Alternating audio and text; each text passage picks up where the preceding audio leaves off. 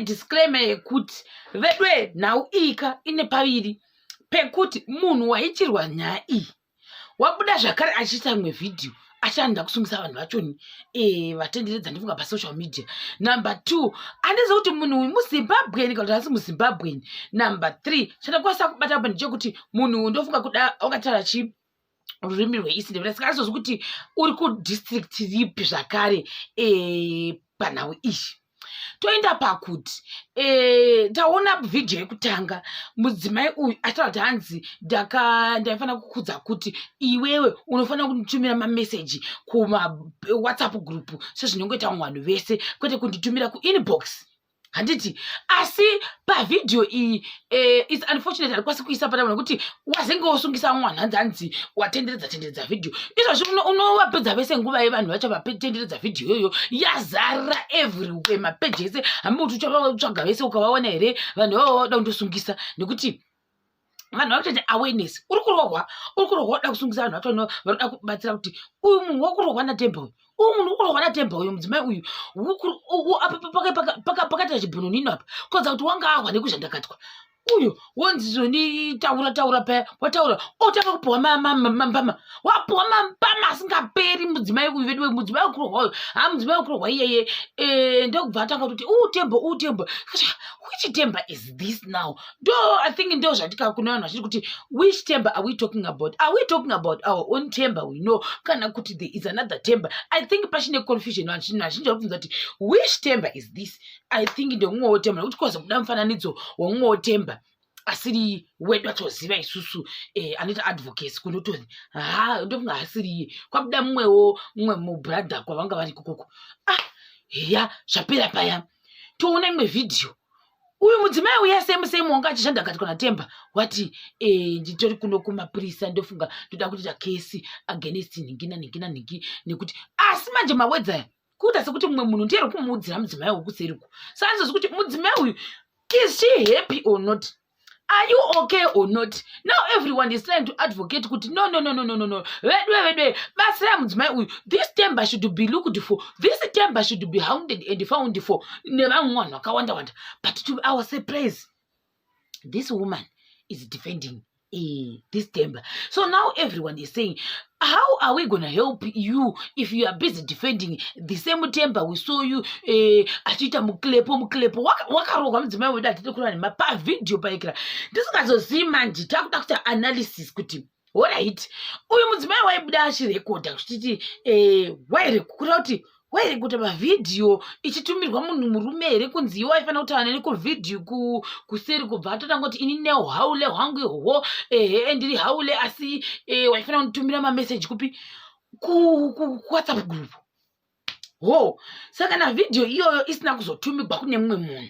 Takuda kuti analysis chaiyo vhidhiyo iyi kana airekodha asati aisenda kuti sendi kune mumwe munhu ndobva yarekodha kusvika achirohwa mambama naThemba uyu.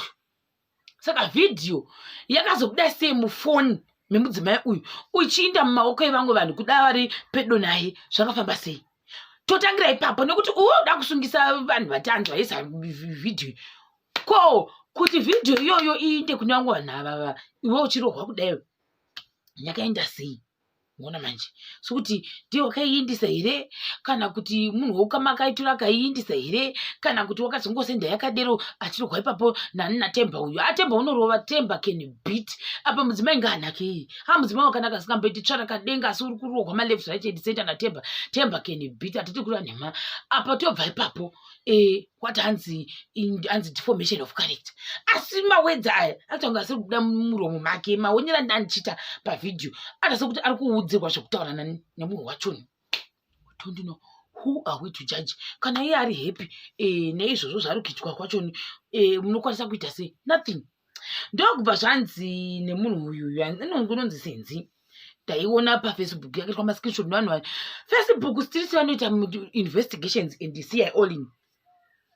I had to wake up and get my lawyer. Voice heard at the background. I'm filing in a report. I'm filing in a report about this video posted and made public without my consent. Maybe first I was asked I would clarify the conditions and state dates and steps that were taken.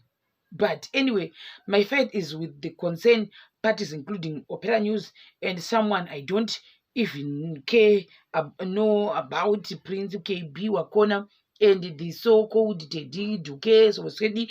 So now ndosangana andizoti manje muzimbo kana kuti munhu wekupi munhu ushu. I'm not so sure kuti muzimbo yakati musasko kana kuti masene mande masene mechi munoshakari muzimbabwe. I'm not so sure ipapo ndisa disclaimer asi mudzimai uyu waikira zvake zvikanzi nevamwe munhu ndiye mudevelop. This woman needs help before it's too late. Vanhu vadere ivavo zvikanzi navamwe I'm lost. What is happening here? Zvikanzi me too, we are lost neso. Ladies, there was a video earlier on about this Themba guy, physical abuse. That woman while recording, he was telling the lady to say I am live on video. Saka tatu akamanikidza fuguisa futi nekuti wanga kaiswa futi tatu rakanzi I am yours Themba to zvanga kanyira paikira pake apa zvikanzi amene ipapo cousin, but you know this munhu are capable of doing anything. Vamwe avo zvikanzi nevamwe I know zvako vanhu ava can make you do stuff normal people won't do, and if you are in a situation you normalize all those things. It's only people who lived experience like you who can actually tell kuti zvinotoitika ufunge kudos to you for living, because at the end of it's not even worth it. Meji yako ngaigani. Zvikanzi nevamwe zvakare pakaipa. Vamwe vangu vachidevika zvina kushapa tikuita sei tikudzidza mukufamba umu. Vamwe ndokuti vachamuka vakaurayiwa mai ava zvokwadi tikura nhema. And I'm not saying kuti ndio zvichaitika kana kuti but chokwa chiripo. Pane video ndikamboona mwedzi wadarikawo kana kuti mwedzi miviri yadarika yemurume wakanga achitezama kuti sei kudzira kuti hazvanzi yangu uyakumba vari kuAmerica uko. Vandionasa kuti vanhu vazhinji vakaiona, asi mukadzi uyu waitoti aiwa musarova murume wangu ari mufundisi pamusoro pazvo. We are talking of a man of cloth. Asi bhudhi ava vachigwadzirirwa muchi hazvanzi yavo vachitora kuti uya handikumba ndino kutora zvinhu zvako kana ngotora zvinhu zvakuda kushandisa chete ndogara hangu newe. Murume uyu akatanza kuti indira kuuraya. Vakatosvika kuti ndichadzokera nomuraya. Hazvina kumbira kana 2 days mudzimai anga atourawa akatopfurwa akatofa. Amona manje. Saka I'm not saying ndo zvichaitika kuna uyu asi ndiri kungotaura kuti maexample akutora nevamwe kuti uyoka uchaguma waita sei wamuka wakaurawa zvikwadi nemunhu. Zvikanzi the way ari kudhivhenda nemurume wake ka yakaoma. Zvikanzi mahwani zvikanzi akazobatwa here is need to be jailed for kira nevamwe zvakare. Zvikanzi nevamwe zvakare. What is the story about? Zvikanzi Themba achirova that lady zvokuti and force her to record. I couldn't, don't send me my messages ku private WhatsApp ndiyekera ndiri musato. That lady was even shaking. It's very sad. Ndobva tanga kurogwa wakarogwa zvishura ndikura nemaisu wakarogwa. Zvikanzi manje unomujela sei for what? Because the wife ari kuti it was a year ago tangadzisa zvinhu kuzvinamba. Nyakusvika kusara zviri kuda wanzi ita kuti ndezvegore rapera atichazivi vanhu ichungoona paindaneti ndezvokutenderera paindaneti apa. Like I said, I don't even know kuti muzimbo yakati muchii. Zvikanzi nevamwe mukadzi zvakaoma. Zvikanzi haadi kuteka estand nekuripota Themba uyu is a free man. Ndevamwe wavo. Zvikanzi this is said ways the fact that this lady given the chance will always choose Themba wacho and will refuse to lay charges. Ndo zvazvinoita kana vanhu vanyanya kumbunikidzwa.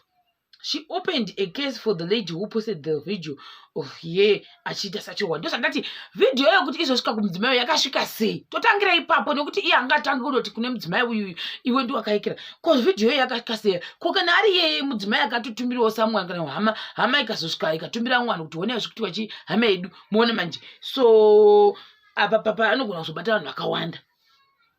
Zvikanzi nevamwe Themba wandasa kuti ndimanopule vamwe ndokuti tiudzeiwo. Zvikanzi nevamwe zvakare.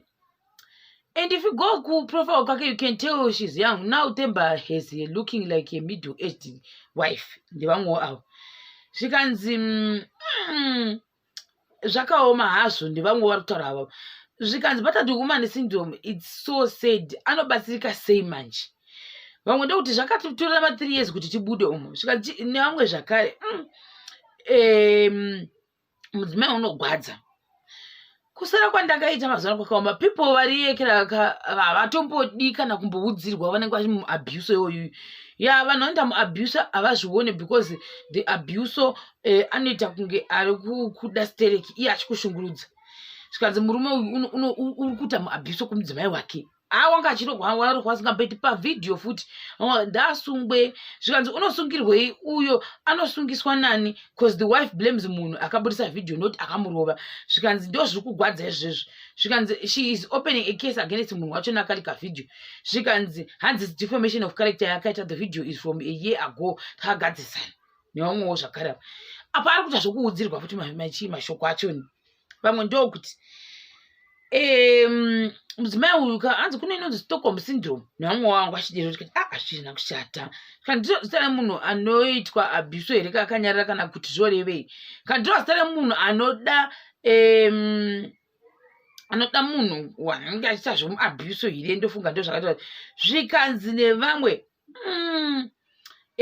zvakaoma zvokwadi ndo zvanga zvakazara uzvu kumacomments avanhu vagwadzwa vasingamboiti tikati zvino manje kana munhu wacho muridzi wenyaya achiti inini handidi kundoripota achiudzwa futi zvekutaura zvonetsa manje kuti zvofamba sei nekuti wanzita kuti ndiri muslatoo watonzita nemurume wake kana ari murume wake ndiamutitaura zvakaita sezvizvo hazvina kushata zvikanzi Themba wacho the navy it hurts zvaari kuita zvinogwadza vamwewo avo kanzi munhu wamugona anobuda ega. I never advise anyone to leave. I just ask you what do you want and I tell you to follow heart. Mangwana unoitwa murwe and heta in one sentence zvakare zvana vamwe bomboclats vamwe wati zvina kushata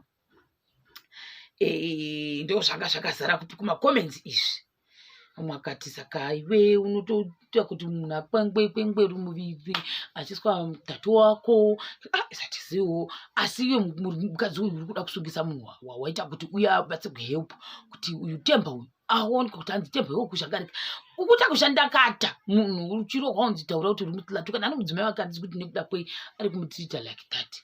I don't know inge ndaita apukere saka ndo zvananga ndaya nazvo hangu mukati mevidhiyo yangu ino ndichakubatai zvakare pachikamu chinotevera.